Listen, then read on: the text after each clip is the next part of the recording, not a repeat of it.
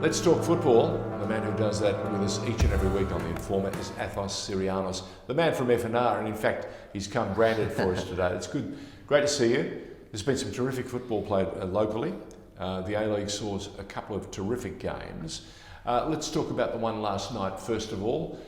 It was a critically important game for the victory, and not for the reasons that many people are thinking. No, it's been such a tumultuous week by the victory. They lost almost to the unlosable against Newcastle on Sunday. Yes. Terrible game if you're a Victory fan. Lots of boos and crowd discontent during the week. Then, of course, things were exacerbated by Richard Wilson, one of the founding board members, standing down and going out swinging at the rest of the board and at the club chair, Anthony Di Pietro, calling their 2018 championship a fluke and saying that all the issues pretty much stemmed from that season and the players that they've brought in. A lot of the foreign players that they have recruited since the departure of the likes of Antonis, Troisi, Berisha, that core group under Kevin Muscat, which brought a whole heap of success, have really flopped, except for Ola Toivonen, of course. So they're hoping now that the new crop, mainly brought in from the UK, can rectify this and take the victory to where they want to go.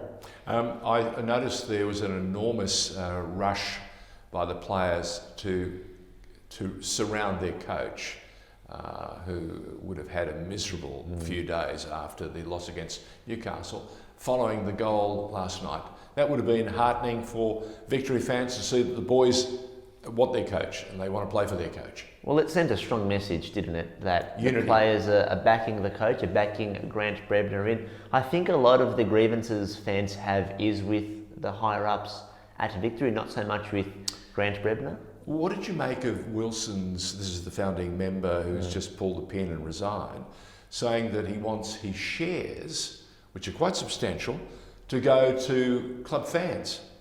Well, this would be setting the cat amongst the pigeons here? It would be a major move for a club like Melbourne Victory, who are, the biggest club in the A-League, and to take this step, I think would be quite significant, because they do have the most members and fans in the competition, and they talk about how they adore them. Well, we will see just how much, whether they will be willing as an institution to give part of that to its members and fans, who have been quite vocal over the last few weeks. Shades of the goings on in Britain, where Manchester United, many of their fans own shares, and they live and die with their results each and every week, which should be quite remarkable. We talk about investing in the team.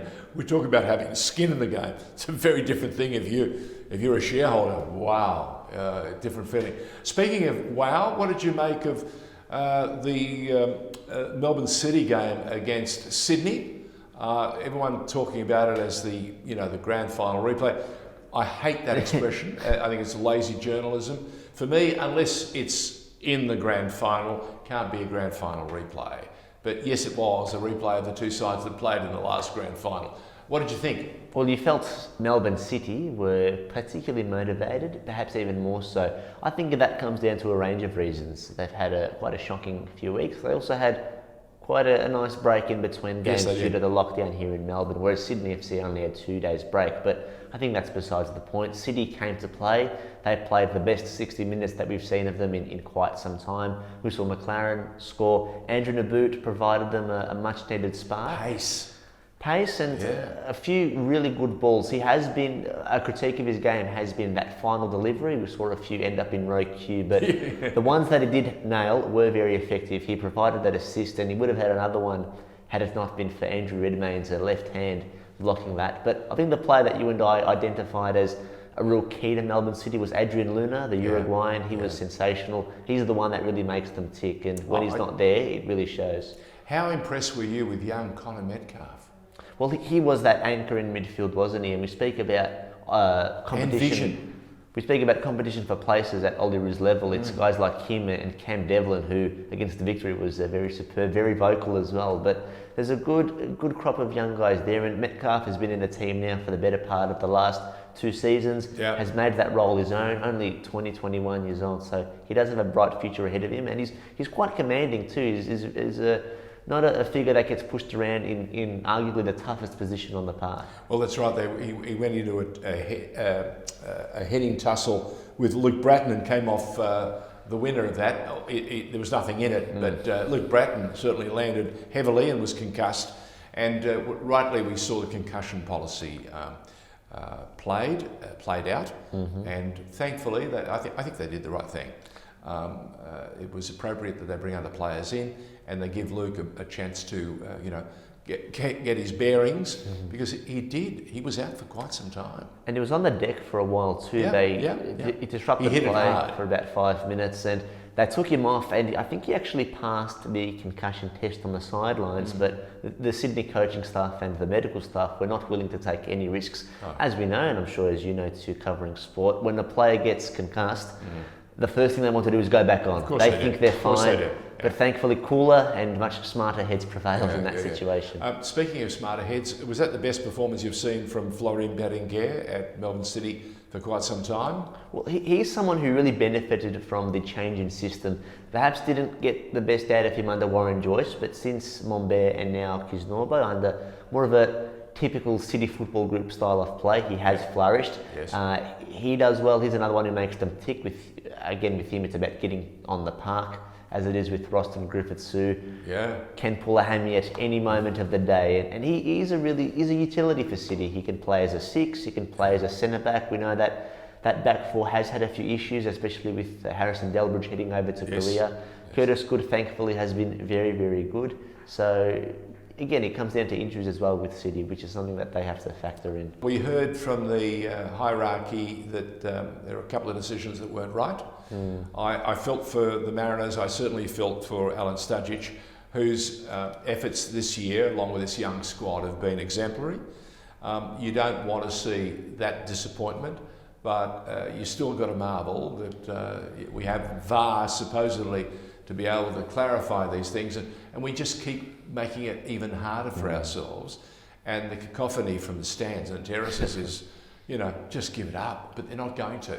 It's here to stay. And I think VAR was a bit gun shy at the weekend, because there were a few decisions where they perhaps they didn't go in all the way, or they perhaps didn't go as hard as what they did usually. I'm talking of the VAR, of course. So maybe they took a bit of advice on board, but just on the league as a whole, it's become very difficult to actually predict or anticipate, because as we saw on Tuesday, City coming off a 20-day break, Sydney coming off a 2-day break, so form becomes a bit irrelevant at the moment. Yes, those fresher legs make a real impact, and they certainly did. By the way, speaking of a difference, let's go overseas for a moment and touch on the EPL, which is getting more extraordinary each and every week. Can you tell me, is Liverpool still in the EPL? When was the last time they won a game? About a month ago was the last time they won a game. What is going on? This is the team that not only was being lauded, but people were telling us was the best team in Europe, and suddenly they've disappeared. Well, am I being harsh? What they're going through is nothing new for Premier League champions. It's quite rare, unless you're Manchester City of the last half a decade, to go back to back. We saw Chelsea go through it, Manchester United after they lost Ferguson. So it is quite common for the champions to fall off the pace. I think what we're seeing with Liverpool is they've fallen off the pace and lost 4 games in a row, whereas at Anfield. So they were going quite well up until then, and then have hit a roadblock. Perhaps it's fatigue and injuries coming up and that's catching, fair. We've got to say they've had a crop of injuries, and complicated by the season that started so quickly with nary a pre-season.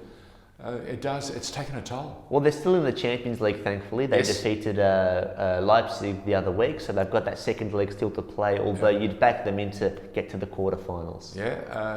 I noticed that Manchester City doesn't appear to have a problem. They just keep getting stronger and better, bringing players back from injury and other things. West Ham making a real good fist of... wait for it. I think they're in the top 4, are they not? They're sitting 4th at the moment. A few tough games ahead. They've actually got Manchester City away for their next game. But it would depend on several factors, on how the teams around them go. I think a few of the teams in those Europa League or European spots have been doing them a favour, but it's whether they can keep stringing these results, touch wood that they all remain fit and that Jesse Lingard, the brand new recruit, can keep scoring. Isn't it amazing? David Moyes got an awful lot of grief at the very beginning. Some of it justifiable, but he's been putting together astutely putting together a squad that's doing a very good job for a team that, when it's good, it's very good. When it's bad, it's like awful. Well, I think with Moyes, stabilised it. the thing with him was he needed time everywhere he went, and he didn't quite get that. No. Didn't get it at United, barely got it at Sociedad, didn't really get it at Sunderland either. So West Ham were willing to give him that season and a half, and he has turned things around in the one campaign that many tipped them to be near the relegation zone. So he's done incredibly well. So also saved his reputation as well, because he had built that stigma that he was almost a bit of a meme in the way that he was going about That's things. true. That's a very good point. That's a very good point. Ancelotti also doing a really good job at Everton. There are so many questions coming up in the EPL, and of course the competition, throwing up an array of different results. It's going to be a very interesting run to the line and to see how it finishes. Okay, we've got some important games coming up in Europe. We'll talk about them next time we speak.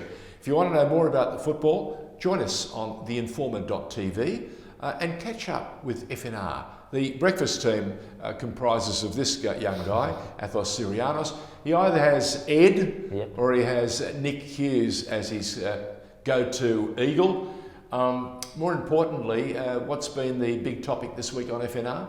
Well, we've thankfully had a lot of our club shows returning. So Melbourne Knights, Avondale, as the new NPL season approaches. So we've been gearing up for some local grassroots football. And there's some big news coming out of FNR, I believe, very, very shortly. Certainly. So if you keep abreast of all the social media channels, not so much Facebook, because as we know, they've had issues, but everywhere else is where you can find out all the latest announcements that are coming. Athos, thank you very much for joining us. Athos Sirianos on The Informer.